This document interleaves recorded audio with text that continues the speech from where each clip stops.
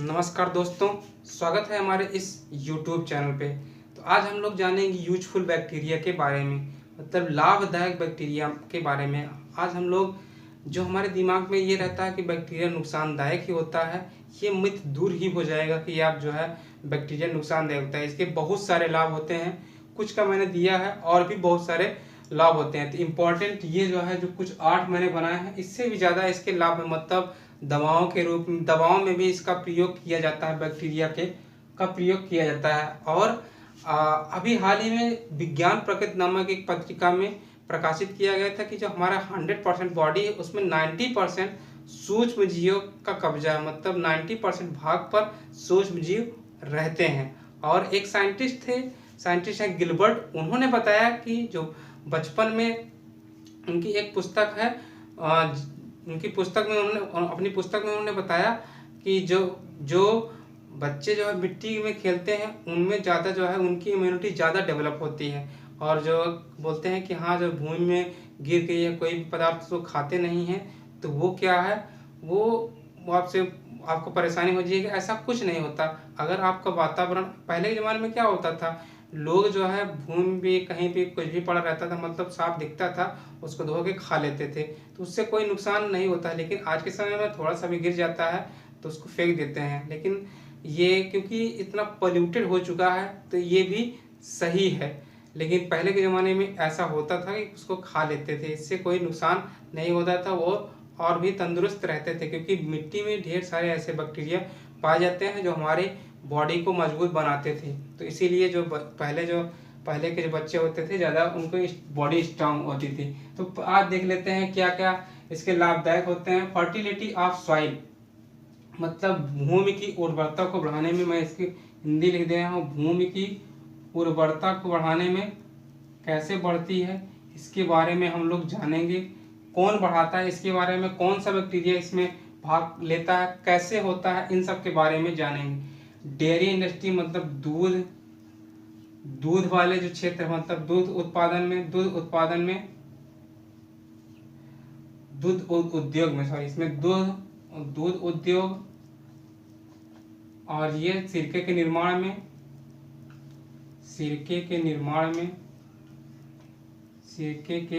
निर्माण में और तंबाकू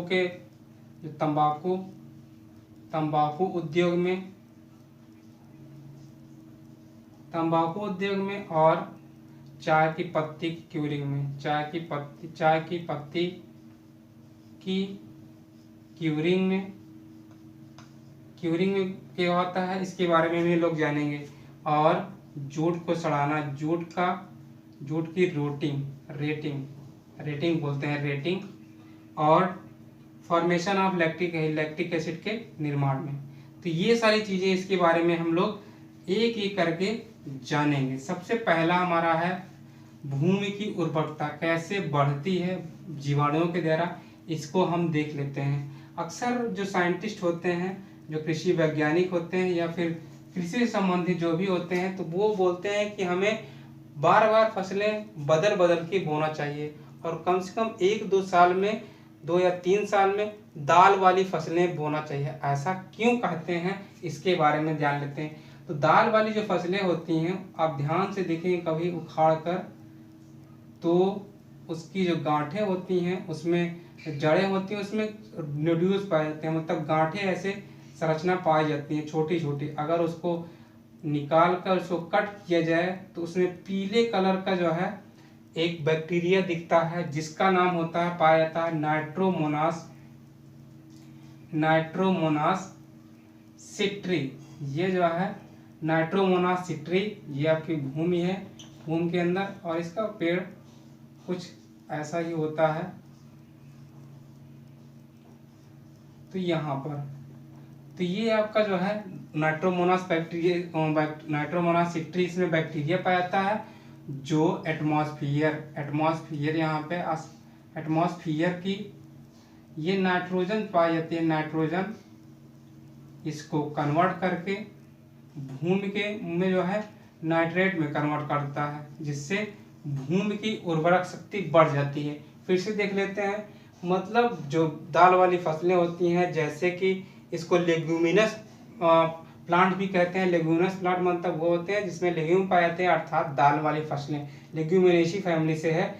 तो जैसे मटर, चना, अरहर, उड़द, सोयाबीन और भी ढेर सारी फसलें होती हैं जिसमें जिसमें क्या होता है, जिसकी जड़ों में गांठें पाई जाती हैं और जिसमें नाइट्रोमोनास नामक सेक्ट्री नामक जीवाणु पाया जाता है, जो एटमॉस्फेयर मतलब वायुमंडल की नाइट्रोजन को 78 पॉइंट समथिंग पाया जाता है। ये आपको मालूम होना चाहिए। 78% जो नाइट्रोजन पाई जाती है उसको ये जो बैक्टीरिया होते हैं इसको नाइट्रेट में कन्वर्ट करके भूमि की उर्वरक शक्ति को बढ़ाते हैं।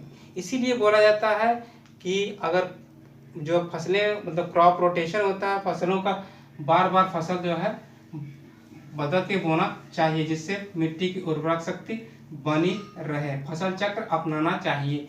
नेक्स्ट है डेयरी इंडस्ट्री, मतलब दूध के उत्पादन में भी बैक्टीरिया का बहुत बड़ा योगदान है। तो जैसे बहुत बड़ा योगदान, जैसे कि आपको होता है दही। दही बनता है किससे? लैक्टोबैसिलस से। लैक्टोबैसिलस एसिडिफस होता है, या फिर लैक्टोबैसिलस बैसिली, ढेर सारे बैक्टीरिया होते हैं, उसका प्रयोग किया जाता है। तो दूध से दही जब बनता है तो उसमें पार्टिसिपेट करता है लैक्टोबैसिलस नामक।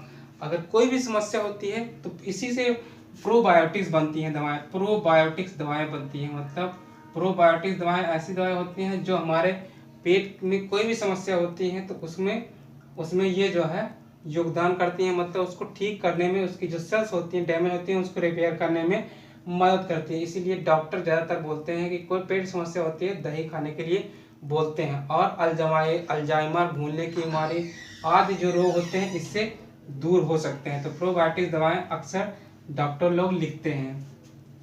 प्रिपरेशन ऑफ विनेगर, तो ये होता है आपका दूध से दही के निर्माण में, और पनीर वगैरह इसी से बनाए जाते हैं, इसी बैक्टीरिया के द्वारा बनाए जाते हैं। प्रिपरेशन ऑफ विनेगर, तो ये होता है एसिटोबैक्टर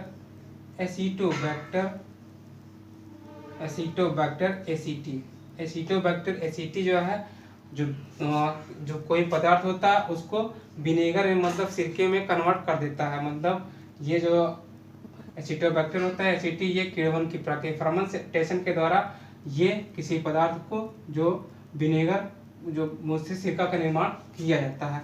इन टोबैको इंडस्ट्री मतलब तंबाकू के क्षेत्र में, जो पत्तियां होती हैं पत्तियों में सुगंध व स्वाद बढ़ाने के लिए, पत्तियों में सुगंध व स्वाद बढ़ाने के लिए इसमें बैक्टीरिया का प्रयोग किया जाता है जिसका नाम है बैसिलस मेगाथेनियम और माइकोकोकस। तो इस बैक्टीरिया का होता है बैसिलस मेगाथोनियम माइकोकोकस। जो बैक्टीरिया होता है ये तंबाकू की पत्तियों में सुगंध व स्वाद बढ़ाने के लिए प्रयोग किया जाता है। नेक्स्ट है क्यूरिंग ऑफ टी। क्यूरिंग मतलब होता है कसैलापन या फिर तीखापन होता है उसको दूर करने के लिए, कसैलापन व तीखापन दूर करने के लिए एक बैक्टीरिया यूज किया जाता है जिसका नाम होता है माइकोकोकस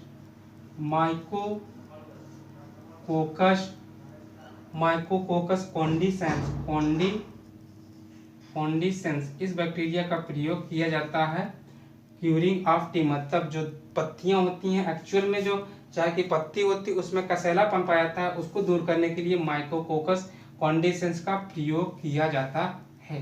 तो इससे क्या होता है, स्वाद आ जाता है और कसैलापन दूर हो जाता है। और यह जो है किण्वन की क्रिया के द्वारा किया जाता है, फर्मेंटेशन की क्रिया के द्वारा किया जाता है। मतलब चाय की पत्तियों को तोड़ा जाता है, उसको भिगोया जाता है और इसमें ये बैक्टीरिया यूज किया जाता है। रोटिंग ऑफ जूट, मतलब जो जूट या पटसन जिससे हम लोग रेशे मिलते हैं उसको जो है सबसे पहले स्थिर पानी में जो है उसको डुबोया जाता है और उस पानी में पाया जाता है क्या, क्लॉस्ट्रीडियम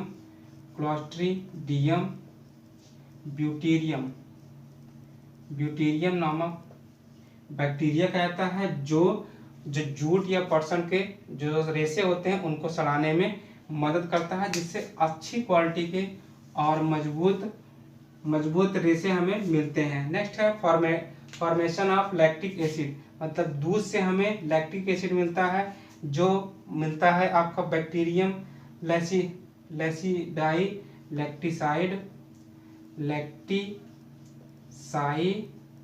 और